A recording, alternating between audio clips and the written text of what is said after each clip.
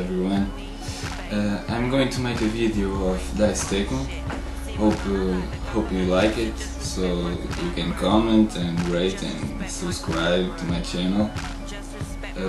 I don't know if you already heard of it, but it's like a sport, we can call it, where you use a cup and some dices and do funny things which are hard to do.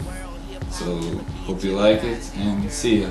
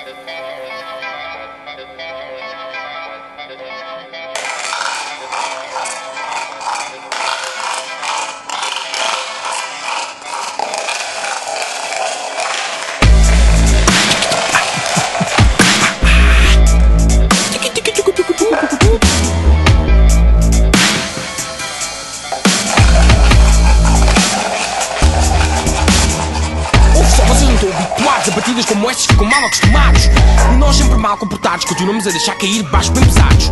Eu só vou ficar atordoado porque beats como estes ainda são recém-chegados e nós sempre adiantados continuamos a surpreender ouvidos bem fechados. Só como o pai faz o beat que ele constrói a partir de um kit, faz o mesmo beat. Se achas piadas só tigre, hit nesta corrida és o coiote e eu sou o pip-pip. Temos o sal necessário para provocar um AVC, pimenta para espirrar mais rápido que o DGV. Temos o picante preciso para ativar o PG, nós somos mais temperados, temos medo que é B.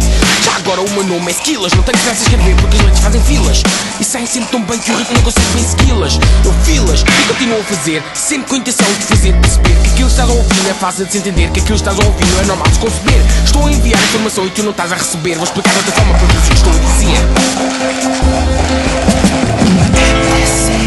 Quem não chora não grita para quem não sorria. Nós fomos escravos em dia. Quem disse que isto não batia? Querias uma cena assim, esquece, antes não havia. Eu gosto de linhas contínuas, mas a mesma arrastei-me. Não é jogar pelo seguro, mas na mesma arrisquei-me. Estou a brincar com o fogo, tão pronto queimei. Mas nunca vou ser falso como o Super Mario que havia na Family Game.